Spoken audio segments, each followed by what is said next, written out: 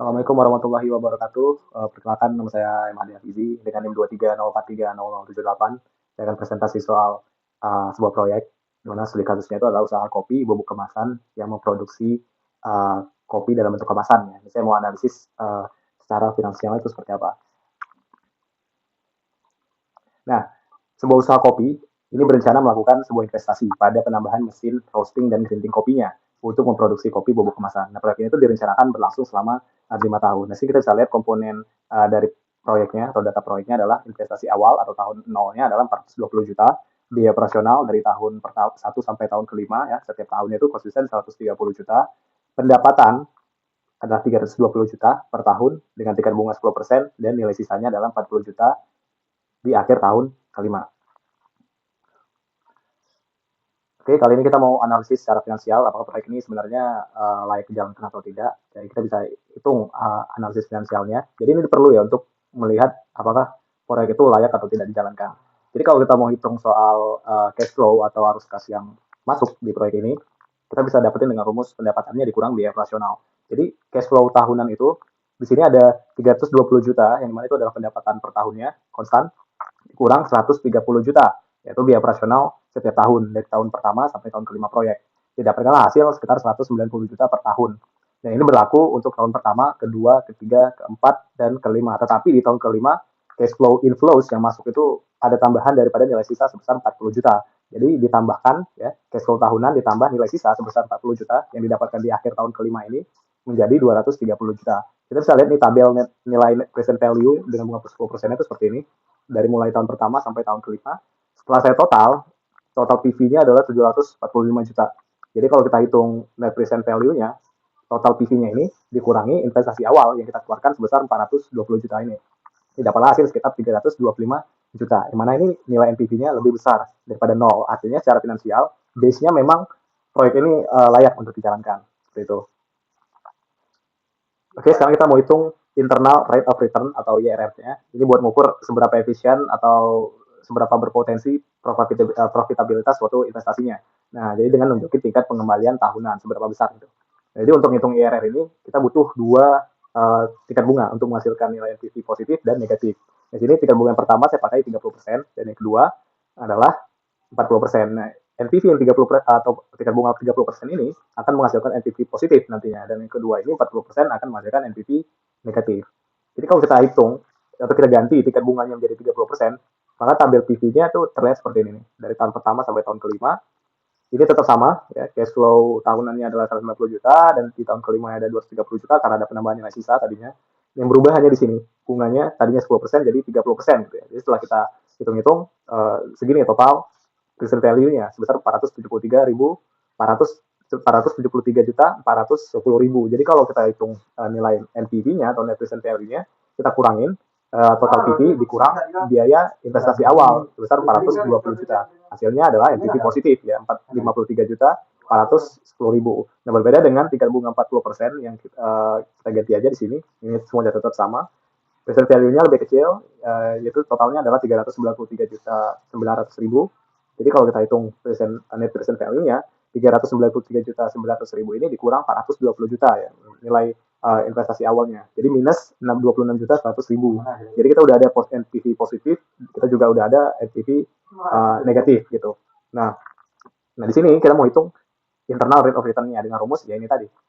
I1 adalah tingkat bunga pertama yang kita pakai yaitu 30% dan nilai NPV 1 ini adalah NPV positif yang kita dapetin tadi sebesar 53 juta 410 ya. NPV 1 ini NPV 2-nya yang negatif dikali tingkat bunga kedua yang ini 40% dikurang 30%. Jadi setelah dihitung ternyata 30% ditambah 6,7%. Jadi nilai RR-nya adalah 36,7%. Nah nilai RR ini kan lebih besar daripada tingkat bunga awal yang ditetapkan yaitu 10%. Artinya tingkat pengembalian proyek ini bisa jauh lebih tinggi daripada biaya modal. Gitu. Nah sekarang kita mau hitung payback periodnya atau PBP dan net benefit cost ratio-nya atau net BNC. Jadi payback period itu kita mau hitung seberapa lama waktu yang dibutuhkan proyek ini untuk bisa balikin modal investasi awal yang sudah dikeluarkan sebesar 420 juta. Jadi kalau misal cash flow tahunannya 190 juta, konsisten setiap tahun, ya jadi kita bisa hitung dengan cara di tahun pertama kan kita dapat 190 juta. Di tahun kedua juga dapat 190 juta. Jadi totalnya masih 380 juta. Sementara kita mau balikin nilainya adalah 420 juta. Masih kurang 40 juta. Jadi kita ambil dari arus kas tahun ketiga, gitu, tapi tidak sepenuhnya. Jadi kita hitung proporsi tahun ketiganya, kita bagikan aja kekurangannya di sini 40 juta dibagi 190 juta. 190 juta ini adalah arus kas tahun ketiga. Ya. Hasilnya adalah 0,21. Jadi payback period atau waktu yang dibutuhkan buat balik modal di sini adalah 2 ditambah 0,21. Jadi 2 adalah uh, pendapatan atau cash flow selama 2 tahun ditambah proporsi tahun ketiga ini menjadi 2,21. Artinya proyek ini akan bisa mengembalikan biaya investasi awal selama 2 tahun 3 bulan untuk mengembalikan nilai 420 juta ini. Jadi 2 tahun 3 bulan dalam periode proyek 5 tahun itu bisa dibilang menengah ya. Dibilang cepat juga enggak, dibilang lama juga enggak ya. Ya gitulah.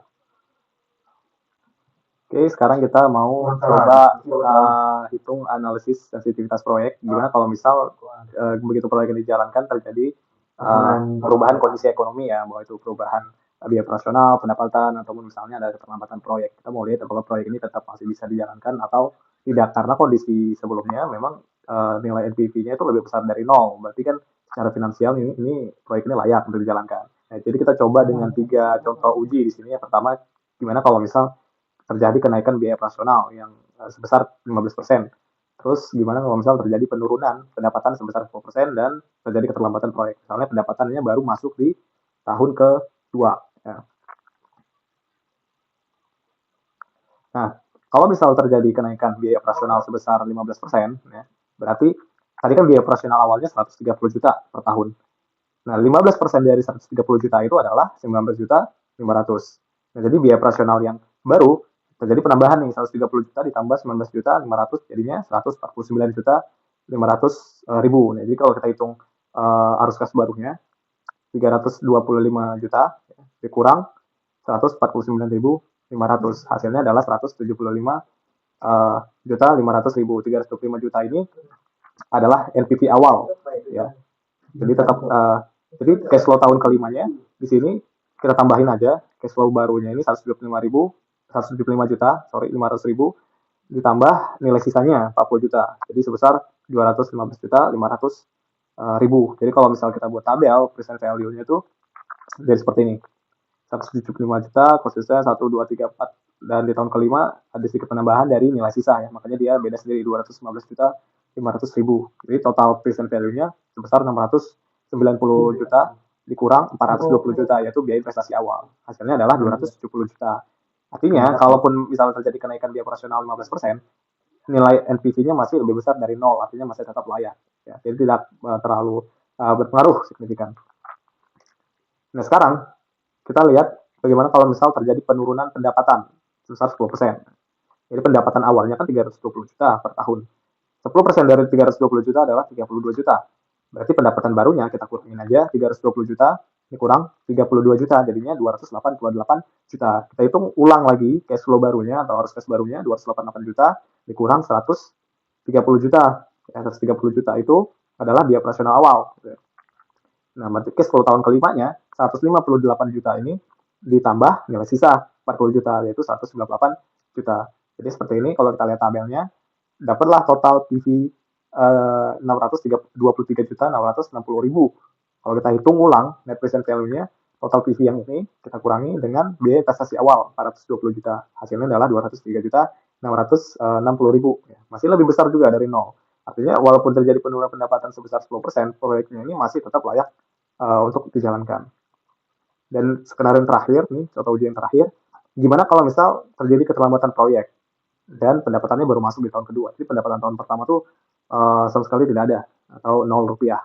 Jadi biaya operasionalnya tetap dikeluarkan 130 juta, pendapatan tahun ke-1-nya 0, jadi cash flow tahun ke-1-nya itu minus. Tidak ada pemasukan, hanya ada pengeluaran biaya operasionalnya. Jadi kalau kita hitung cash flow-nya, tahun pertama itu kita minus 130 juta, tahun kedua sampai keempat, mulai masuk pendapatan 190 juta per tahun. Dan tahun kelimanya 230 juta. Hasil dari penambahan nilai sisa sebesar 40 juta tadi di akhir tahun kelima. Jadi kalau kita lihat tabel present value-nya, jadi seperti ini. Tahun pertama minus, tahun kedua mulai masuk pendapatannya sampai tahun kelima. Jadi total present value-nya 454 juta 60 ribu. Kita hitung lagi, total PV yang ini 454 juta dikurang biaya investasi awal 420 juta, hasilnya adalah 34 juta 60 ribu.